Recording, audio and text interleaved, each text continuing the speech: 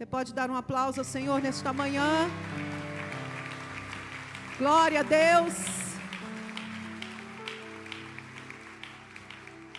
Irmãos, ter pedido ao pastor para fazer diretamente a palavra é porque essa será uma mensagem onde nós estaremos ministrando, amém? Ao mesmo tempo, recebendo dessa ministração. Foi assim que o Senhor colocou no meu coração. Eu quero de uma forma bem rápida trazer um embasamento da palavra, porque é importante, é muito importante, para que possamos então seguir neste momento de ministração. Eu usei 2 textos por ocasião da primeira palavra, e se você perdeu esta primeira palavra, depois a multimídia vai me ajudar com a data, e você vai recuperar lá no nosso canal do YouTube, Igreja CSN no YouTube, o nosso canal, todos os cultos ficam gravados. Você pode depois assistir, recuperar, pode até botar vezes 2, né? Então, 31 de maio, o povo que anota é uma bênção, tem tudo anotado aí. 31 de maio, você procura lá, né? E você pode recuperar a primeira parte, você que quer entender a palavra profundamente, porque lá a gente foi mais minuciosamente nesses textos. Mas eu quero então resgatar e trazer a relação que nós falamos de Apocalipse 2:12, que acabamos de ler, amém? E nós lemos um segundo texto por ocasião dessa palavra no dia 31. Quem lembra qual era o segundo texto?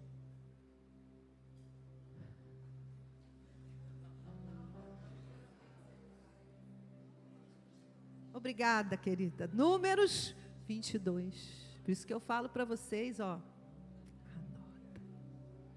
Números 22. Por quê? Porque nós encontramos Apocalipse falando de uma doutrina de Balaão. E a doutrina dos nicolaítas. E aí a gente precisa entender que doutrina de Balaão é essa. Que doutrina de Balaão é essa? O que a Bíblia está dizendo, né? A gente precisa compreender as Escrituras. Como eu disse, a palavra diz: o meu povo erra porque falta conhecimento da palavra. Então, que doutrina de Balaão é essa? E aí nós fomos a Números 22, para entender a história de Balaão, que na verdade está não só no 22, no 23, no 24, né? 22, 23 e 24, são 3 capítulos narrando essa história de Balaão. E nós vimos por ocasião, vou resumir, né? Depois você acompanha lá, que Balaão era um profeta, diga comigo, fora de posição. Pastor, isso pode acontecer? Tem muitos. Tinha naqueles dias e tem hoje também. Não é verdade? Tinha naqueles dias e tem nos dias de hoje. Mas isso não abala a nossa fé. O nosso Deus é imutável. Homens são falíveis, são fracos, são frágeis, são influenciáveis, né? A Bíblia diz: aquele que está de pé, cuide para que não caia. Então, Balaão é um profeta, sim, mas um profeta fora de posição. Um profeta que está à venda. Um profeta que está extremamente atraído por ganância. É um profeta que está extremamente conquistado na sua alma, em obter coisas dessa terra, em ganhar favor nessa terra, diante de reis, de poderosos, dos influentes, dos influencers, andar perto dos que influenciam, com quem eu ando, postar lá no story, né? Olha quem eu estou aqui do meu lado. Então, esse era o profeta Balaão. E Balaão é procurado por um rei que quer destruir o povo de Deus. Ele quer destruir o povo de Deus. Só que esse rei, ele já entendeu que ele não ia conseguir destruir o povo de Deus aumentando o exército dele. Ele não ia, ele já tinha entendido, porque ele estava vendo o que Deus estava fazendo. E ele já tinha entendido que não era aumentando o exército, que não era contratando mais soldados, que não era aumentando o seu poder bélico, que ele ia conseguir destruir aquele povo. Balaque, que era este rei, ele já havia compreendido que a batalha era espiritual. Quem dava vitória àquele povo não era o exército, o braço forte daquele povo. Quem dava vitória àquele povo era o Senhor dos exércitos. Era o Deus que eles serviam, era o Deus Todo-Poderoso. E aí Balaque pensa, não adianta eu ir com um exército maior que o deles, porque eu vi, Balaque diz, outros exércitos maiores caírem diante deles. Por quê? Porque eles lutam com algo sobrenatural. Sobrenatural. O rei Balaque sabia que havia naquele povo um mistério espiritual. Toda vez que ele tentava atacar, Deus avisava, Era algo sobrenatural. E ele não conseguia nada, e o Senhor sempre dava livramento. Então, Balaque percebeu que a batalha precisava ser travada no mundo espiritual. Primeira coisa que nós aprendemos, irmãos. Aonde travamos nossas batalhas? No mundo espiritual.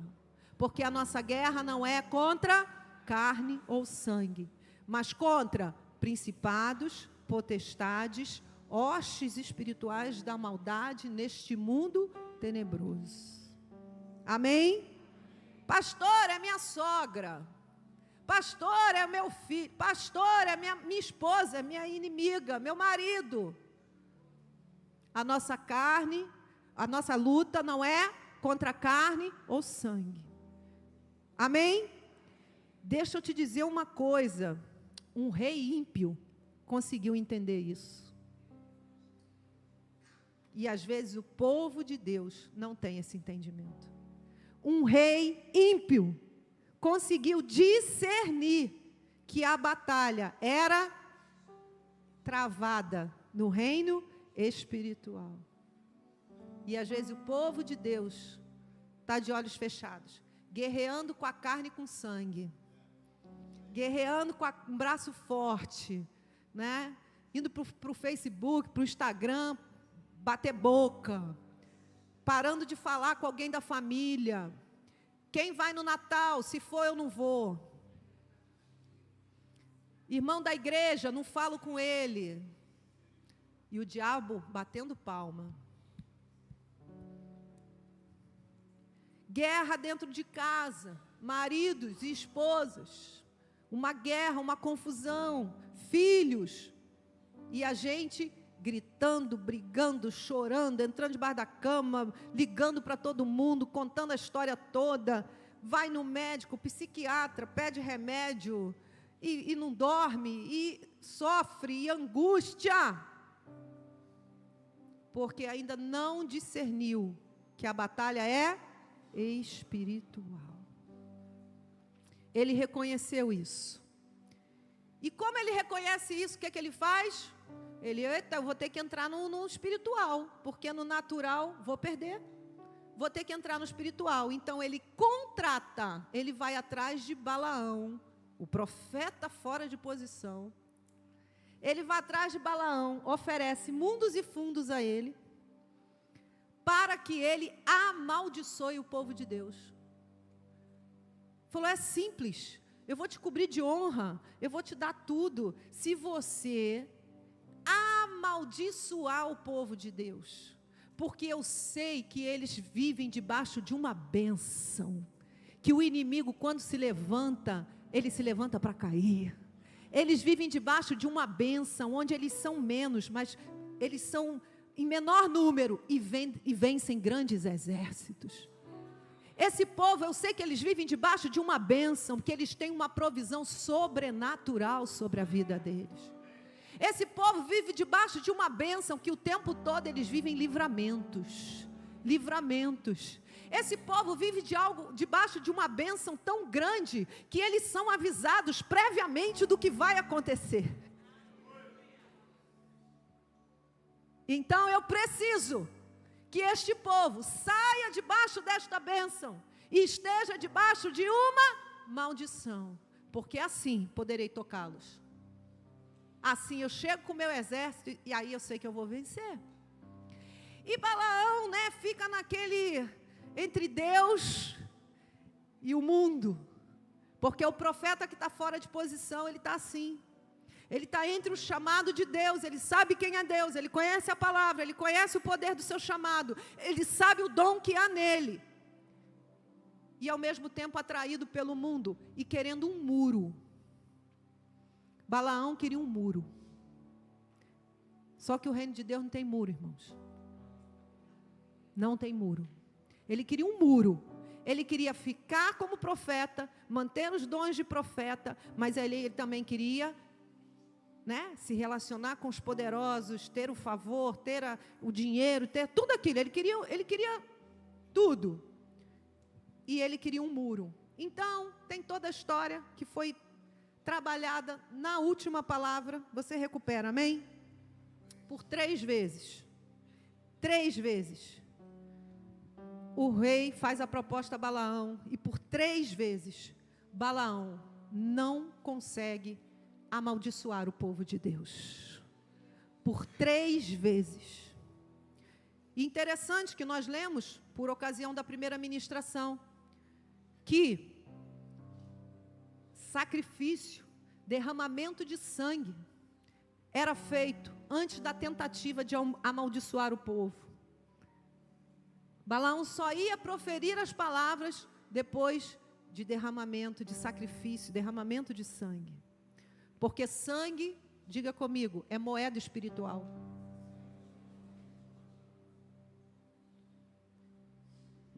Números 22, vamos lá, no texto, pegar algumas coisas principais, para você estar entendendo bem o que está acontecendo aqui. Números 22, por 3 vezes, há sacrifícios, né, colocados. Vou só citar um deles aqui. Vamos lá, só de eu bater o olho aqui, vou achar um. Aqui no 23, 14, Balaque levou consigo ao campo de Zofim, no alto do monte Pisga. Estou no 23, 14. E edificou 7 altares, e sobre cada um ofereceu um novilho e um carneiro. Todas as 3 vezes, sacrifícios oferecidos, para que então Balaão proferisse uma maldição sobre o povo de Deus. Só que nas 3 vezes, olha o que aconteceu. No capítulo, no 22, 40, primeira vez também, então Balaque sacrificou bois e ovelhas, e enviou a Balaão e aos chefes que estavam com ele, e na manhã seguinte fez subir ao monte, e dali Balaão viu a parte mais próxima do povo de Israel. Aí no 23, vai acompanhando comigo aí, quem ama a palavra do Senhor, diga amém. No 23, depois de fazer tudo isso, vai lá e amaldiçoa. Versículo de número 18. O que o Senhor falou? Então Balaão proferiu a sua palavra e disse: levante-se, Balaque, e ouça. Escute-me, filho de Zippor. Deus não é homem para que minta, nem filho de homem para que mude de ideia.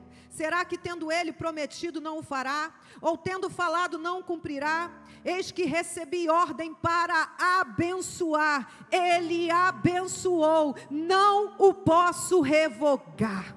Não viu desgraça em Jacó, não contemplou calamidade em Israel. O Senhor seu Deus está com eles, no meio deles se ouvem aclamações ao seu rei. Deus os tirou do Egito, as forças deles são como as do boi selvagem. Quem recebe sobre a sua vida? Aleluia. 23, leia comigo. Pois contra Jacó não vale encantamento, nem adivinhação contra Israel. Agora se poderá dizer de Jacó e de Israel: que coisas tem feito Deus. Aleluia! Glória a Deus! Quer aplaudir o Senhor? Aplaude!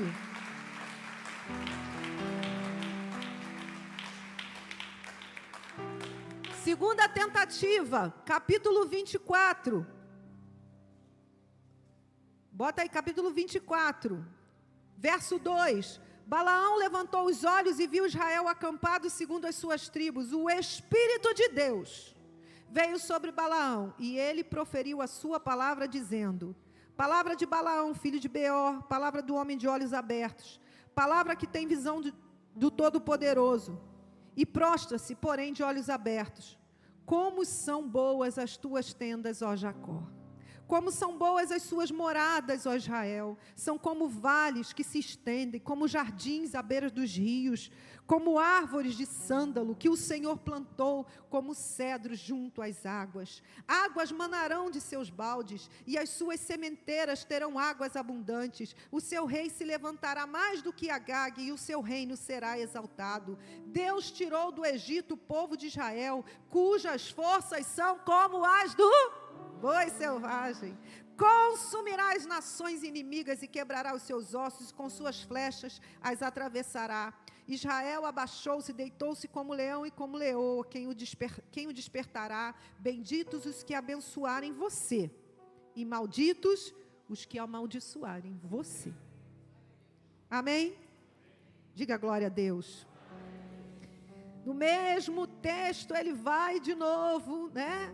E lá no versículo de número, deixa eu ver aqui, 17, eu vejo, tem coisas antes, mas é só para a gente pular aqui e conseguir. Eu vejo, porém, não agora, e eu o contemplo, mas não de perto. Uma estrela procederá de Jacó, de Israel subirá um cetro. Irmão, na terceira vez ele teve que profetizar até a vinda do Messias. Amém? Olha que coisa tremenda e sobrenatural, que ferirá as têmporas de Moabe, destruirá todos os filhos de Sete. Edom será uma propriedade, Seir, que é inimigo dele, também será uma propriedade, mas Israel fará proezas. De Jacó sairá o dominador, ele exterminará os que restam das cidades. Amém? E em seguida, Balaão entrega o que viu sobre Abimeleque. Né? O que ele tem revelação de Amaleque, perdão, o que seria, o que aconteceria. Entendemos então, por 3 vezes, o inimigo tenta amaldiçoar o povo de Deus, e diga comigo, mas não consegue. Mas lá em Apocalipse nós lemos que o povo, que o Senhor, que esse povo que vivia numa terra que o rei era Satanás, que jaz no maligno, mas guardava a fé, né? Não negou o meu nome. Porém, tenho contra ti, que você existe no seu meio, não está falando todo mundo, aleluia, glória a Deus, amém. Mas no seu meio tem aqueles que permanecem, que... Eu quero o texto correto, peraí. O verbo correto, eu acho que isso é importante. Deixa eu voltar aqui rapidinho, Apocalipse.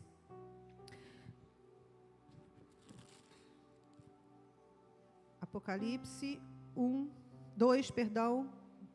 14. Os que sustentam, né? Estão aí em seu meio os que sustentam a doutrina de Balaão e a doutrina dos nicolaítas. Pastora, o que os nicolaítas têm a ver com isso? Os nicolaítas sustentam a mesma doutrina de Balaão,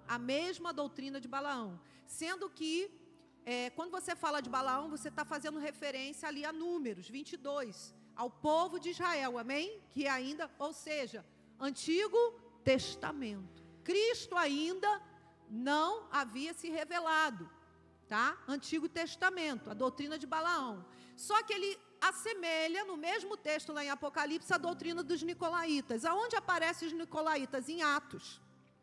Ou seja, o mesmo ataque que Israel vivia, mesmo após a cruz de Cristo, quando a igreja é levantada, este mesmo ataque tenta entrar na igreja, através da doutrina que agora não é chamada de Balaão, né? Balaão já passou, é passado, é Antigo Testamento, já não vive mais, mas agora uma mesma doutrina, com uma mesma base, é levantada, né, ali na igreja, tentando também entrar e ser sustentada por alguns na igreja de Atos.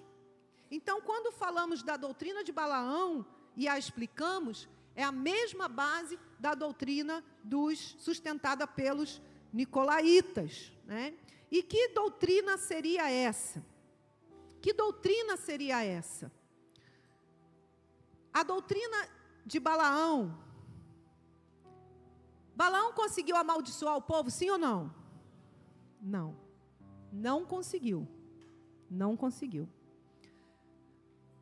Mas a palavra vai dizer, lá em Apocalipse 22, que a doutrina de Balaão é explicada, e já foi explicada. Consegue colocar para mim o texto de novo?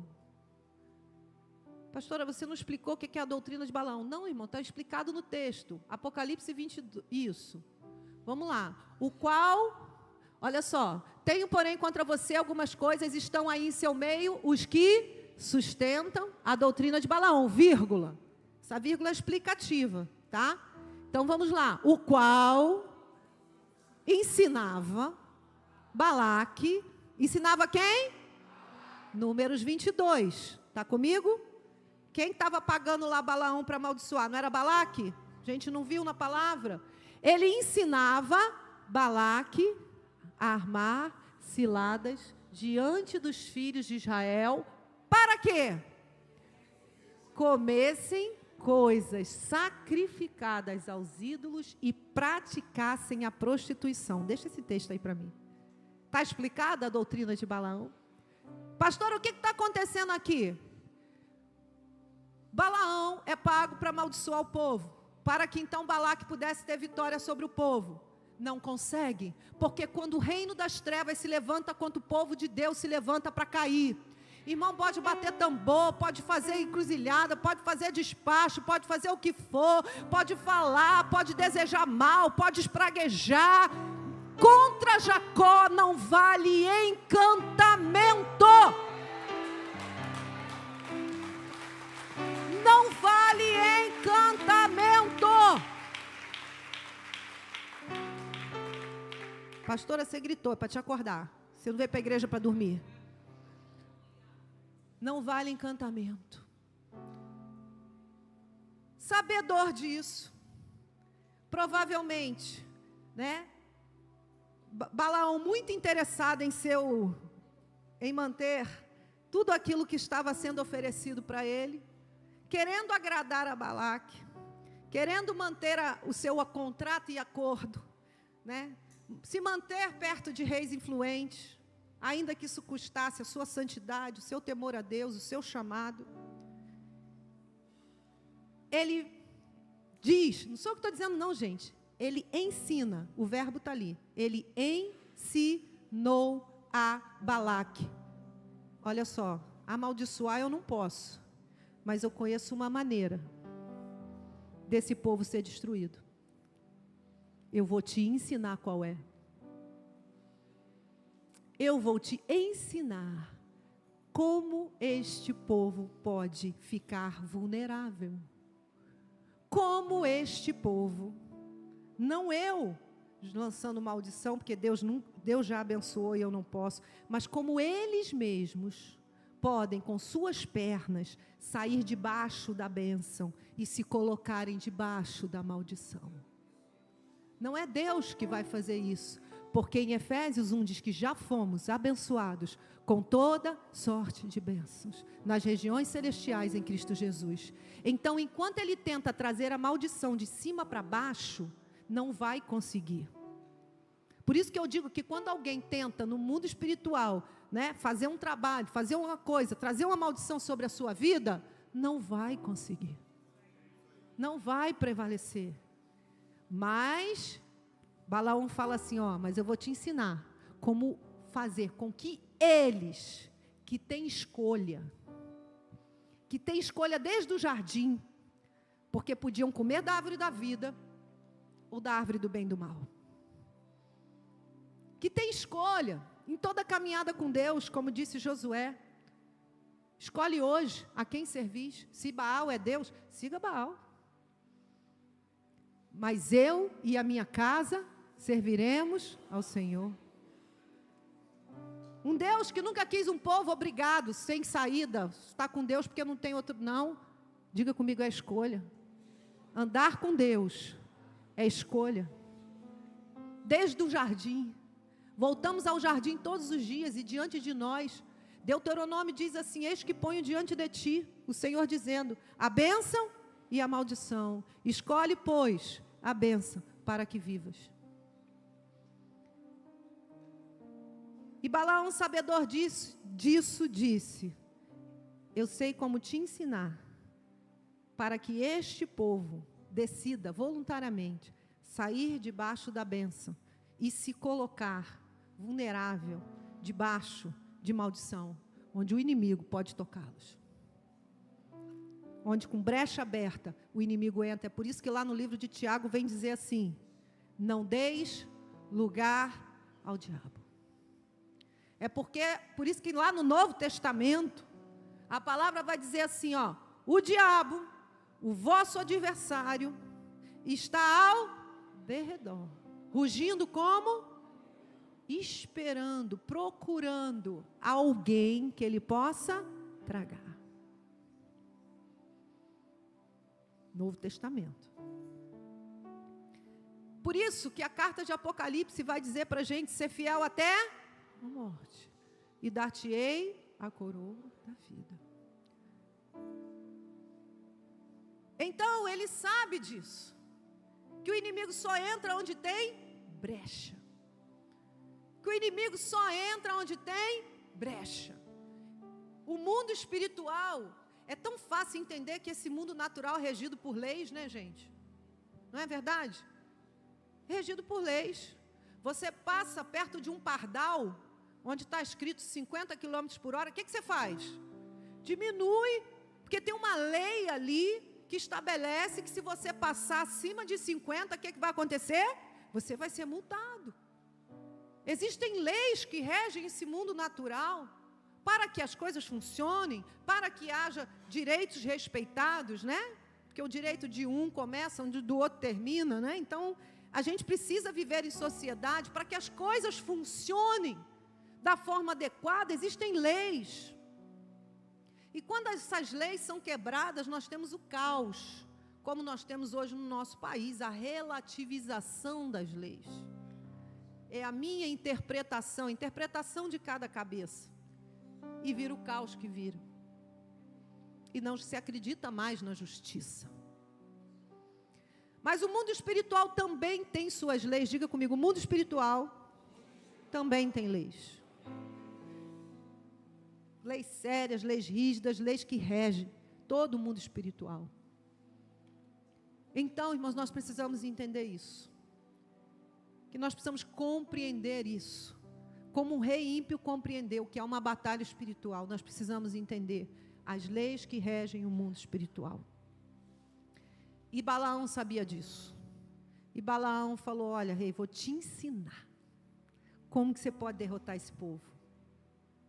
Eu vou te ensinar como que você pode derrotar esse povo. E ele começa a falar. O que ele ensinou? A armar ciladas. Você vai preparar umas ciladas para eles.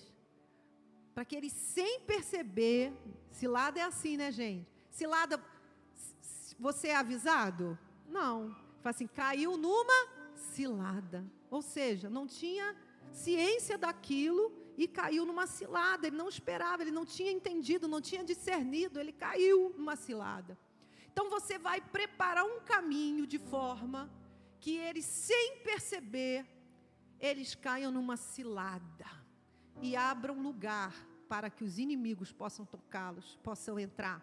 E que ciladas são essas? Diante dos filhos de Israel.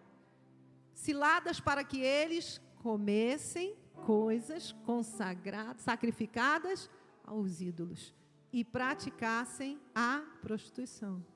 Duas portas de entrada. Envolvimento com o reino das trevas, envolvimento com outros deuses, envolvimento com outras práticas e imoralidade sexual. 2 tipos de casamentos.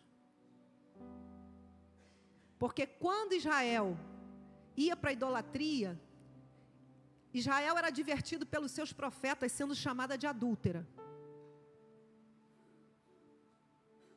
2 tipos de comprometimento, de aliança espiritual. Com o reino das trevas, com outros deuses e pelo sexo, pela imoralidade sexual. Porque a palavra também vai dizer que quando o homem se deita com uma prostituta, se torna um espírito com ela. Tem transmissão ali, espiritual, no ato sexual. Não é só físico. Não é lavou, tá limpo. Esses são só os enganos do diabo para te levar nesse caminho. São só as ciladas. E ele fala, são esses 2 caminhos que enfraquecem esse povo, coloca esse povo debaixo de maldição. E aí você vai crescer para cima deles e vai destruí-los. São esses 2 caminhos. Estou te ensinando como derrubar Israel. Eu quero que você abra comigo sua Bíblia em Números, capítulo 25. Nós não chegamos lá. Lemos a história de Balaão, 22, 23 e 24. Mas e o que aconteceu depois no capítulo 25? Você já pensou nisso? Vamos lá?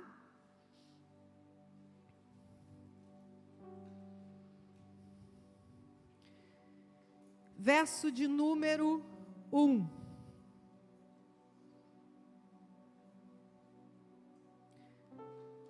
Vamos até o 3. Vamos ler juntos. Amém, igreja? Você está acordado? Diga amém.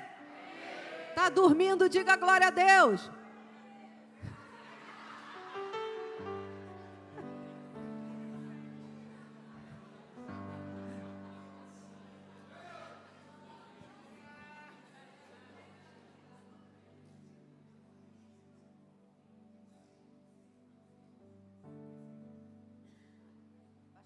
Dando minha palavra aqui, glória a Deus, já peguei o ouro, compartilhar, amém. Números 25:1, vamos lá? Quando Israel estava em Sitim, o povo começou a prostituir-se com as filhas dos moabitas. Estas convidaram o povo aos sacrifícios oferecidos aos seus deuses. E o povo comeu a carne dos sacrifícios e adorou os deuses dessas mulheres. 3.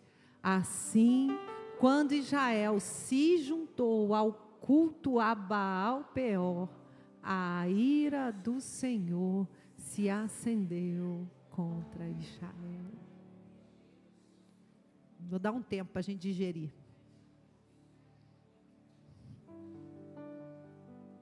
Está entendendo? Lá em Apocalipse explicou o que Balaão fez. Ensinou para eles uma doutrina. Armar ciladas nessas 2 áreas. Adoração a outros deuses. Imoralidade sexual. Só que aí, a gente vê aqui como que foi feito. Usou a imoralidade sexual para levar a adoração a outros deuses. Provavelmente, o que aconteceu? Balaque falou, já sei. As moabitas são lindas, tchutchucas, siliconadas.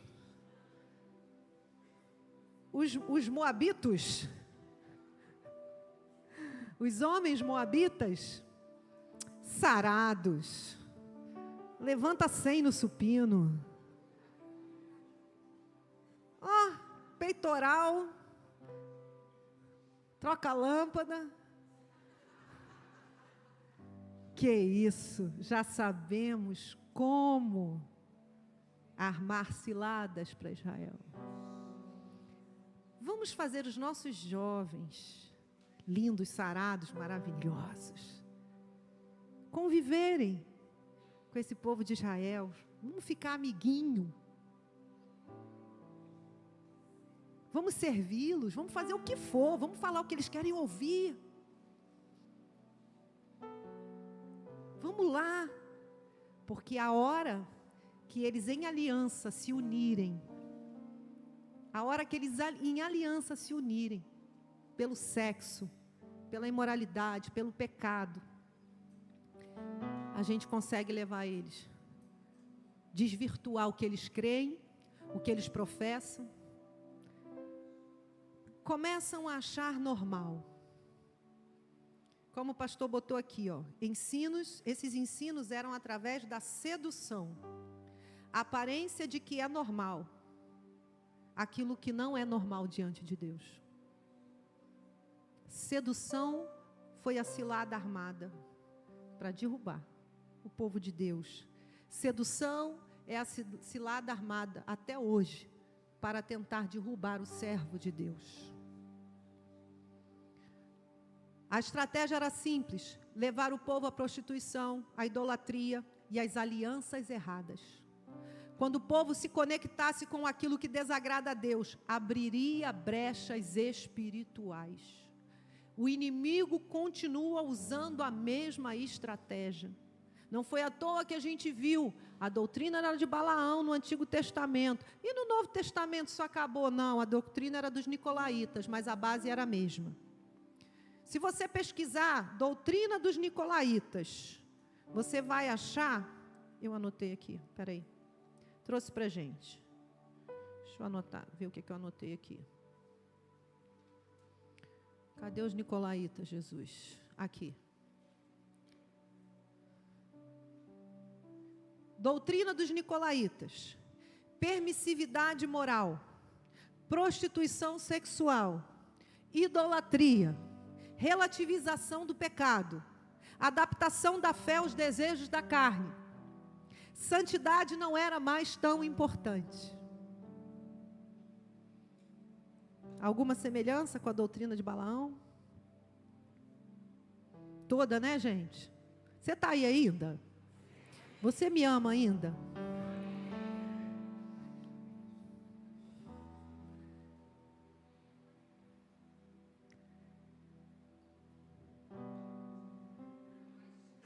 O inimigo continua usando a mesma estratégia até hoje contra as famílias. Sedução, imoralidade, pornografia, adultério, contaminação espiritual, alianças erradas, esfriamento espiritual. Quando as pessoas entram em pecado, começam a perder o discernimento espiritual. Começam a perder. Salomão é um exemplo disso, não é verdade? Salomão começa tão bem, irmãos. A gente usa tanto essa primeira parte da vida de Salomão, não é? É engraçado que a gente usa a primeira parte da vida dele, aquele homem que podia pedir qualquer coisa, que faz uma oferta tão poderosa diante de Deus, aquele homem que tinha tudo, mas que entrega tudo e fala: Deus, meu pai me deixou um reinado, meu pai me deixou um exército, meu pai me deixou palácio, meu pai me deixou riqueza, mas eu sei que nada disso tem valor se o Senhor não for comigo. E ele começa o seu reinado dizendo: Senhor, me ajuda. E o Senhor aparece para ele e diz o quê? Pede-me o que queres. E o que ele responde, irmãos? Ele podia dizer: vitória sobre todos os meus inimigos, pelo resto da minha vida. Não podia? Era uma época de muitas guerras. Ele podia dizer: eu quero ter o dobro de riqueza que o meu pai me deixou. Eu quero... Mas o que ele pede, irmãos? Sabedoria. Diante das ciladas de pecado, para derrubar a tua vida, nem a sabedoria pode te livrar. Nem a sabedoria pode te livrar. Às vezes a gente se acha sábio demais, e o diabo também sabe disso. E este homem considerado mais sábio, que escreveu Provérbios, porque ele pede a Deus sabedoria, e Deus responde para ele: por que você me pediu sabedoria e não me pediu riqueza? Além da sabedoria, eu vou te dar riqueza e honra. Então, o homem que recebeu tudo de Deus, esse homem recebeu sabedoria do alto, esse homem recebeu riqueza, esse homem recebeu honra. Diz que as pessoas vinham de longe para ver Salomão, para ouvir Salomão, para ver as suas grandes obras. O homem que constrói um templo para Deus sem precedentes, de uma riqueza, de uma honra, de uma excelência para Deus. Porque ele dizia: eu não posso estar dormindo num palácio e a arca está dentro de uma tenda. Que coração! Este homem, irmãos, ele termina mal. Termina mal. A gente não está aqui pregando sobre a vida dele, é só um exemplo. Mas quem sabe como Salomão terminou? Adorando a outros deuses. Está lá, depois você lê. Está lá no livro de 1 Reis. Salomão começou cheio de sabedoria, mas à medida que foi se conectando com mulheres de outros povos, de outros deuses, ou seja, a doutrina de Balaão, a doutrina dos nicolaítas, foi perdendo o seu discernimento espiritual. Primeiro livro de Reis 11:4 vai dizer assim: quando Salomão já era velho, quando ele já era velho. Irmão, a gente velho, a gente devia ser mais sábio, né? Não pode ficar mais bobo. Não é verdade? Aí o mundo diz assim: não, agora eu estou velho, eu posso fazer o que eu quiser, eu posso falar o que eu quiser. Não, irmão, você está deixando um legado para a sua geração, não se engane. Você é patriarca, matriarca, a tua palavra tem uma autoridade no mundo espiritual, e você querendo falar besteira. Quando Salomão já era velho, suas mulheres lhe perverteram o coração para seguir a outros deuses. Ele começou construindo um templo para e terminou construindo altares para outros deuses. O discernimento espiritual foi embora. Irmãos, o projeto original de Deus sempre foi habitar no homem. Quando Deus cria Adão, coloca nele o seu fôlego. E o que rompeu este projeto original, diga comigo, o pecado. O pecado rompeu esta comunhão com Deus. O pecado afastou o homem da presença de Deus. É por isso que Romanos 3:23 vai dizer: pois todos pecaram e carecem da glória de Deus. Mas Jesus veio restaurar o homem a Deus, amém? Veio nos ligar de novo a Deus. Mas vindo, diz a palavra em Gálatas 4, mas vindo a plenitude do tempo, Deus enviou o seu Filho, nascido de mulher, nascido sob a lei, para resgatar os que estavam sob a lei, a fim de que recebêssemos a adoção de filhos. Amém, queridos? Quando o homem é restaurado a Deus, ele volta a ser a habitação do Espírito Santo. Diga glória a Deus. Amém? Aleluia. Mas a estratégia do diabo continua a mesma. Continua a mesma. O inimigo, João 10:10, veio senão para matar, roubar e destruir. Matar, roubar e destruir. Para isso veio o inimigo. Mas para isso se manifestou o Filho de Deus, para destruir as obras de Satanás. Amém, queridos? Entendemos nessa manhã por que o diabo luta tanto para relativizar o pecado? Para que a igreja nenhuma mais pregue sobre pecado. Porque pregar sobre pecado é ser preconceituoso. Pregar sobre pecado é não ser politicamente correto. Irmãos, isso é só pano de fundo para que as vidas se envolvam cada vez mais com o pecado, para que o diabo possa matar, roubar e destruir, sem que ninguém os avise, que é o vosso pecado que faz separação entre vós e o vosso Deus. É com suas pernas que você sai debaixo dessa nuvem de bênção e vai para um lugar de maldição. Toda a Bíblia, a mensagem é clara: arrependa-se. O único caminho, o que o Senhor fala para essa igreja em Pérgamo: portanto, arrependam-se. Arrependam-se, Ezequiel 18:30, e afastem-se as suas transgressões, lance de vós as suas transgressões e os vossos pecados. Atos 3:19, arrependam-se, portanto, e se convertam, para que sejam cancelados. Anota esse texto, irmão, Atos 3:19. Arrependam-se, portanto, e se convertam, para que sejam cancelados os seus pecados, e venham tempos de refrigério pela presença do Senhor.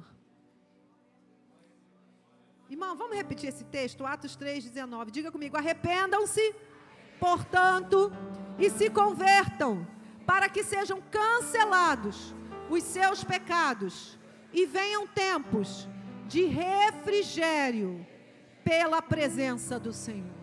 Só o arrependimento cancela pecado. Diga glória a Deus. Agora, arrependimento é remorso, irmãos? Adianta eu chorar um pouquinho hoje no culto e amanhã eu volto para a mesma prática? Não, o nome disso não é arrependimento, é remorso.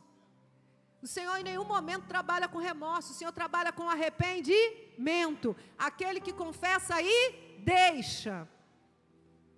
Aquela mulher em flagrante de adultério: vai e não peques mais. Aquele que confessa e deixa alcançará a misericórdia. Irmãos, arrependimento. Por que Davi pecou tanto ou mais que Saul? Foi perdoado e Saul não. Porque na linha do tempo de Saul não tinha arrependimento. Pode olhar, a linha do tempo não tinha arrependimento. Tinha desculpas. Não, Senhor, eu fiz isso porque eu fui pressionado, porque eu nasci assim, porque a minha família, porque eu tenho um problema, porque Saul tinha uma desculpa. Davi tinha um coração arrependido. E mesmo tendo errado feio, encontrou restauração, encontrou promessa cumprida na sua geração, encontrou o amor e o perdão de Deus. Amém? Pecado só funciona uma coisa, irmãos: arrependimento e confissão para cancelar esses pecados. Amém? E arrependimento é deixar. Provérbios 28:13 diz: o que encobre suas transgressões jamais prosperará, mas o que as confessa e deixa alcançará misericórdia. É a palavra que está dizendo isso.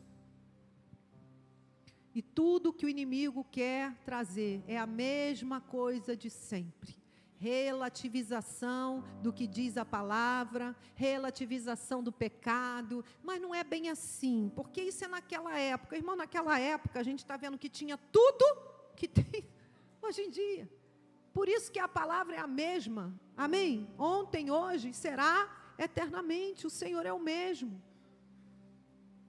O que derrubou Sansão? Falamos de Salomão, mas o que derrubou Sansão? Um homem escolhido, separado para uma grande obra, para ser vencedor sobre os inimigos. E o que os inimigos acabam fazendo com ele? Furando seus olhos, rodando moinho, fazendo ele de palhaço. Por que o inimigo conseguiu tocar? Por quê? Porque diz a palavra, o Espírito do Senhor já tinha saído dele, ele nem percebeu. A cilada, você nem percebe. Irmãos, eu preciso parar aqui para a gente orar. Mas a estratégia do diabo é a mesma. Contra a minha vida, contra a sua vida, contra a minha família, contra a sua família. nos levar para o pecado. Porque o pecado é a única coisa que pode abrir brecha para o diabo entrar. É a única coisa que faz separação entre nós e o nosso Deus. Não se engane com discursos e pregações bonitas para afagar o seu ego, para fazer você se sentir melhor e continuar convivendo com o pecado. Como disse o pastor Márcio, se a gente parasse de pregar contra o pecado, isso aqui estava lotado. Tinha outro público lá para começar outro culto agora. Porque hoje as pessoas querem ouvir desculpas para o seu pecado, para continuarem no pecado. Mas não é isso que a gente vê na palavra. A gente vê assim: arrependa-se. Arrependimento, confessar e deixar. Não é fácil para ninguém, irmãos. É cruz. O evangelho ainda é cruz. Negue-se a si mesmo. Toma a sua cruz e siga-me. Pastora, mas muito difícil. Irmãos, eu vou te confessar, com esses anos todinhos de vida, né? Não são muitos não. Há 28 anos só como pastores. 28 anos como pastores. Eu vou dizer uma coisa para você. Ter uma vida de santidade ainda é muito mais fácil do que viver administrando o pecado, consequência de pecado. Eu te garanto isso.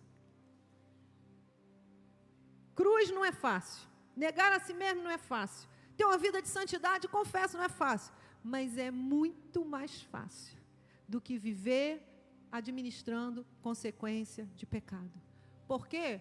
Porque quando eu estou aqui na santidade, quando eu estou aqui lutando, eu estou debaixo de que céu? Diga comigo, da bênção. Eu tenho a ajuda do alto. Ele me avisa antes, quando o diabo vier. Não vale encantamento sobre a minha vida. Você está entendendo? E quando eu estou em pecado, eu luto sozinho, porque eu saí debaixo de cobertura, e agora o diabo tem acesso. As setas entram, as malignidades, as maldições, sabe, as doenças, tudo aquilo que o diabo vem, os vícios, você vai se afundando cada vez mais. A palavra diz assim: um abismo chama outro abismo. E o pior é a repercussão disso nas minhas gerações. Meu Deus, meu filho viciado em drogas. O máximo que eu fiz foi fumar um cigarro. Se arrependeu? Confessou e se arrependeu? Não. É importante. Porque no mundo espiritual tem argumento. Mas na sua geração foi no nível. Na geração seguinte, na sua geração era um cigarro. Na geração do teu filho é a cocaína. Na sua geração, olha, eu tinha meus casinhos fora, mas eu nunca larguei minha mulher. Da geração dos teus filhos, 5, 6, 7 casamentos falidos. Então a gente não entende que há leis no mundo espiritual. E que lutas que nós temos hoje foram pecados também não confessados. Atrás de nós, ó, pai, mãe, avô, tios. Irmãos, é a realidade. A cruz encerrou? Completamente. Mas já foi colocado na cruz? Biblicamente só tem uma maneira de ser colocado na cruz: confissão, arrependimento. Eu acompanhei uma família crente. Os irmãos crentes, mãe crente, de monte, de oração, os irmãos crentes, fiéis a Deus. E uma pessoa, um desses irmãos, enfrentando uma estação dificílima de um problema psiquiátrico. Terrível, que os médicos não resolviam. E não estou aqui dizendo que você não pode tomar remédio, amém, irmão? Temos equilíbrio para ouvir essa palavra? Mas temos equilíbrios para entender também que nós somos corpo, alma e espírito. Que tem coisa que está no campo do corpo, é verdade. Tem coisa que está no campo da alma, é verdade. Mas tem coisa que é no campo do espírito. E eu nem acredito nessa divisão. Eu acredito que tudo é espiritual para quem é espiritual. Eu acho que pelo espiritual você vai botar tua alma no lugar e teu corpo também.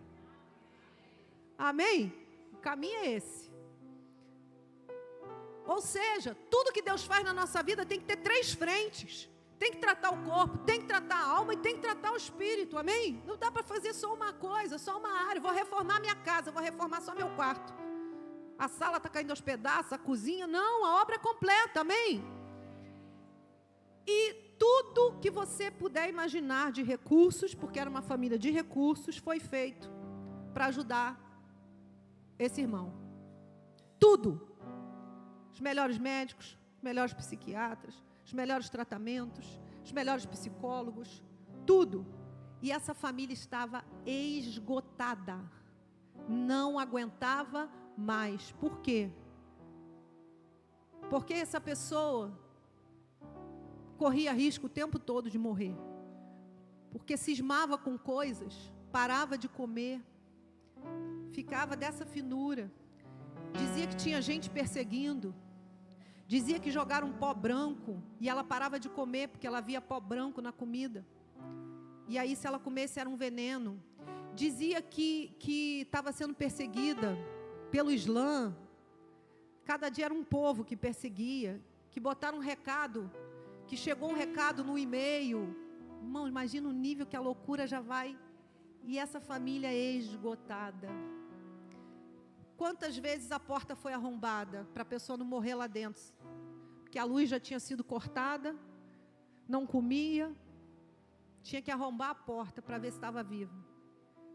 E era difícil, tinha que chamar bombeiro, porque a pessoa tinha um nível de loucura tão grande que botava trancas, cadeados, mandava instalar. E aí para arrebentar aquilo era uma loucura. E aqueles irmãos sofrendo. E orando, subindo um monte, e orando, Senhor, te serve, por que está passando por isso? Nossa família te serve, todo mundo sempre te serviu, porque estamos passando por isso. E aquela luta, eles não aguentavam mais, Senhor, anos dessa luta. Casamento destruído, os filhos no meio daquilo, até que esses irmãos decidiram, tem alguma coisa aí que a gente não sabe, vamos proclamar um jejum, e o Senhor vai revelar. E essa família proclamou um jejum dos irmãos, começou um jejum, uma oração 4 horas da manhã, Senhor, não nos deixe enganados nessa batalha. Não nos deixe enganados nessa batalha. Não sabemos mais o que fazer. E o Senhor trouxe luz. Estudando batalha espiritual, essa família viu uma ministração de uma pastora que dizia assim: toda vez que um problema psiquiátrico se instala numa geração, pode procurar, alguém deitou cabeça lá atrás. Alguém ofereceu a cabeça. E o inimigo teve a brecha para entrar. E aí essa família começa a investigar. O que aconteceu? E aquelas coisas que parece que o inimigo apaga da mente, os próprios irmãos começaram a lembrar, peraí, as nossas tias, totalmente envolvidas. Hoje não pode falar nada, que vira tudo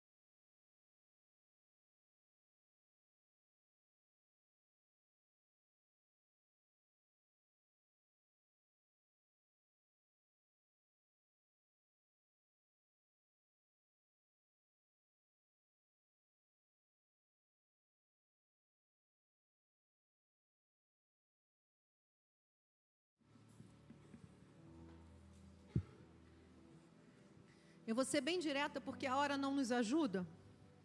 Queria que você prestasse atenção nessa direção. Pastora, o que é que nós vamos fazer? Nós vamos fazer algo muito simples. Se você está com a sua família aqui, você vai reunir com ela e vai orar com a sua família. Amém? Orar com a sua família. Pastor, eu estou sozinho aqui. Você vai unir com o irmão que também está sozinho e vocês vão juntos representar a família um do outro neste momento de oração e de intercessão. Tá bom? Amém? Mas nós vamos orar renunciando, arrependendo e confessando por tudo. Primeiro, irmão, não adianta você querer confessar o pecado de familiares, né, de antepassados, vamos dizer assim, se não confessar o seu primeiro, né? Pastor, eu vou contar agora meu pecado. Não, irmão, não. Trazer a luz ao Senhor, amém? Em oração, pedir perdão ao Senhor, arrepender. Senhor, nesta manhã, eu estou confessando e deixando. Nesta manhã. E debaixo deste sangue, eu quero orar, também confessando tudo aquilo que a minha família carrega, todo histórico que a minha família carrega, e que hoje está virando luta na vida do meu filho, na vida do meu neto, que eu tanto oro. Olha os históricos, olha os históricos, olha os históricos, olha os envolvimentos. Por onde entrou essa confusão de identidade que a sua família carrega? Confusão de sexualidade. Por onde entrou isso? Vício, bebida, droga, adultério, prostituição, 5 casamentos, um filho de cada um, né? Doenças, situações que ninguém explica, que medicina não cura, que terapia não resolve. As nossas gerações, nós não vamos deixar esses gigantes para eles enfrentarem, amém? Pelo arrependimento e confissão, nós vamos declarar que caem por terra nesta manhã, amém? Então eu vou fazer uma oração para nós repetirmos. Depois dessa oração, você vai orar com a sua família, quebrando, confessando, arrependendo. Irmão, não desfoca, é isso, é renunciar a todo envolvimento, a todo envolvimento. Tem alguém aqui, pastor, eu não sei fazer isso, sou novo na fé, não sei fazer isso, eu quero que você levante sua mão, não vou te envergonhar nem fazer nada não, vou botar alguém para te ajudar, só isso. Eu preciso de ajuda nesse momento. Aqui, por favor, intercessão. Levanta a mão, irmão, que alguém da intercessão vai estar junto com você nesse momento. Os irmãos da intercessão, diáconos, também estão a postos. Mais alguém que fala, pastor, eu preciso de ajuda, eu não sei fazer isso. Sou novo na fé, não conheço esse caminho de batalha espiritual, a irmã Aparecida já está ali com ela. Mais alguém, alguma família que quer participar dessa oração, não sabe como, quer ajuda. Fique envergonhado não, irmão, só vai alguém orar com você, só isso. Te ajudar a conduzir esse momento de oração. Mais alguém? Não, só a irmã ali. Amém. Todos preparados para esse momento. Então nós vamos orar, vamos repetir essa oração.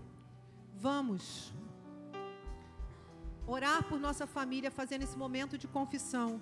E por último, eu vou pedir que os gasofiláceos fiquem aqui na frente.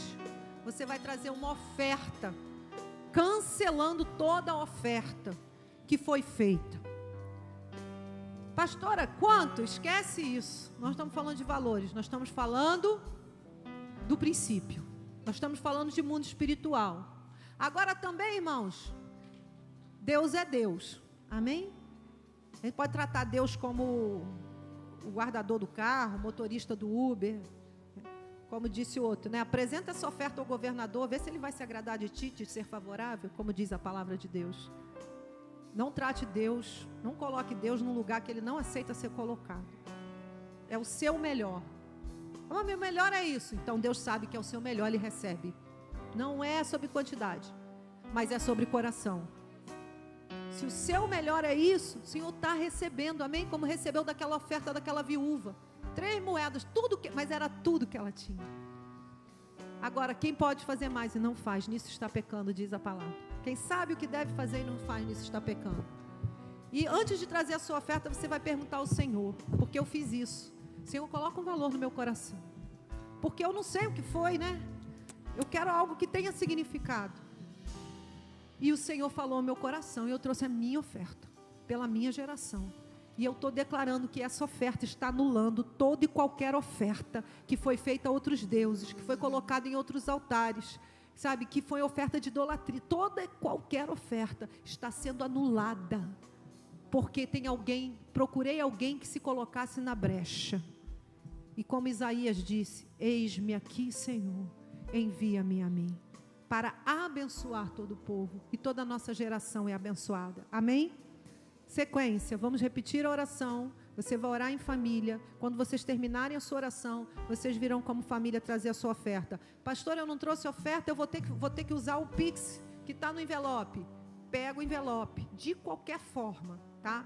Pega o envelope, faz a tua oferta. Ah, mas eu vou botar o envelope vazio aqui. Deus já recebeu, você já não fez? Está lá, amém? É o ato profético. Vem com a sua família e coloca esse envelope aqui. Vem declarando, estou anulando toda oferta feita. Toda oferta que foi feita na minha geração, que não foi para o Senhor. Amém? Está pronto? Amém? Vamos orar? Amém, queridos? Seu coração está preparado? Aleluia! Glória a Deus. Diga, Pai Celestial, Pai Celestial, em nome de Jesus, eu me coloco diante do teu trono, com humildade e sinceridade. Reconheço que sou pecador, e me arrependo de todos os meus pecados, aqueles conhecidos e também os desconhecidos, praticados por aqueles antes de mim.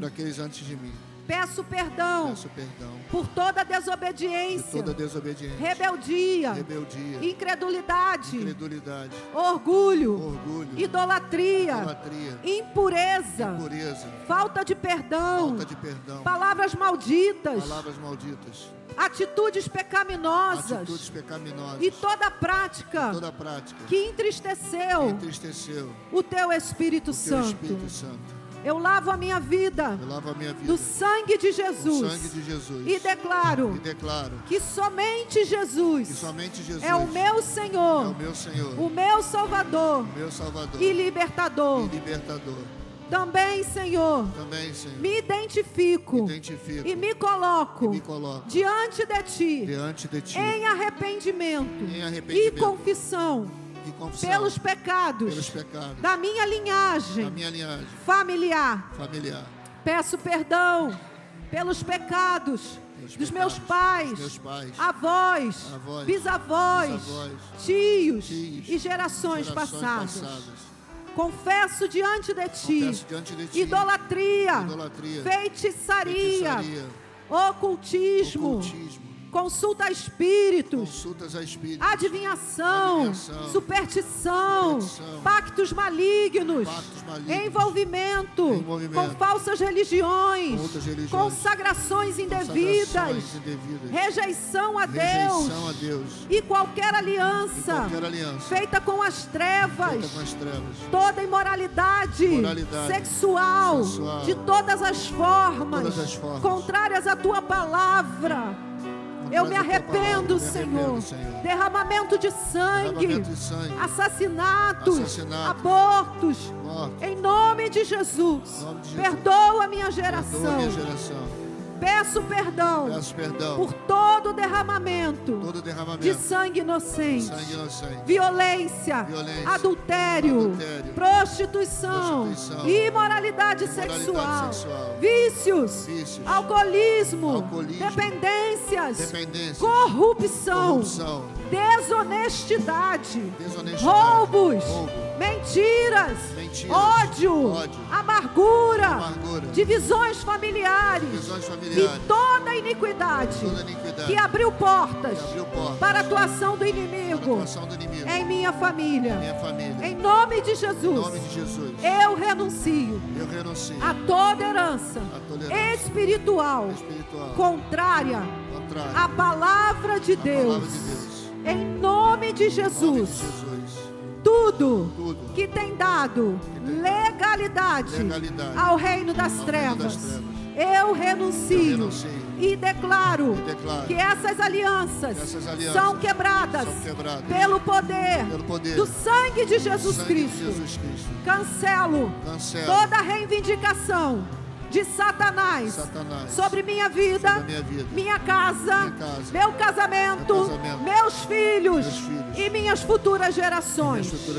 Renuncio ao espírito de miséria, rejeição, medo, enfermidade, fracasso, morte prematura, destruição familiar, confusão, ciclos repetitivos de sofrimento na minha linhagem. E pela fé, diga aí, pela fé, eu recebo a obra completa da cruz do Calvário. Declaro que eu fui resgatado da maldição pelo sacrifício de Jesus. E eu creio que o sangue de Jesus fala mais alto do que qualquer acusação, pecado ou herança espiritual negativa. Consagro a minha vida, a minha família e a minha descendência ao Senhor. E declaro que a partir de hoje, minha casa pertence a Jesus, e que toda influência das trevas seja removida, e que o Espírito Santo governe cada área. Diga: Senhor, com a oferta que eu trago no teu altar, nesta manhã, eu estou renunciando, eu estou anulando toda oferenda, toda oferta feita a outros deuses, a ídolos, a demônios, em nome de Jesus. Todo dinheiro investido no reino das trevas está sendo anulado nesta manhã por esta oferta no teu altar. Que ela suba como incenso suave às tuas narinas. Recebe, Senhor, e quebra no mundo do Espírito toda oferta que ainda clama sobre as gerações. Em nome de Jesus, diga: eu profetizo uma nova história. Começa hoje. E a bênção do Senhor está sobre mim e sobre a minha geração. Diga: haja salvação, haja cura, haja libertação, haja restauração, e haja prosperidade, segundo a vontade de Deus. Diga: eu oro, ligo na terra, para que seja ligado nos céus, em nome de Jesus. Ore agora com a sua família.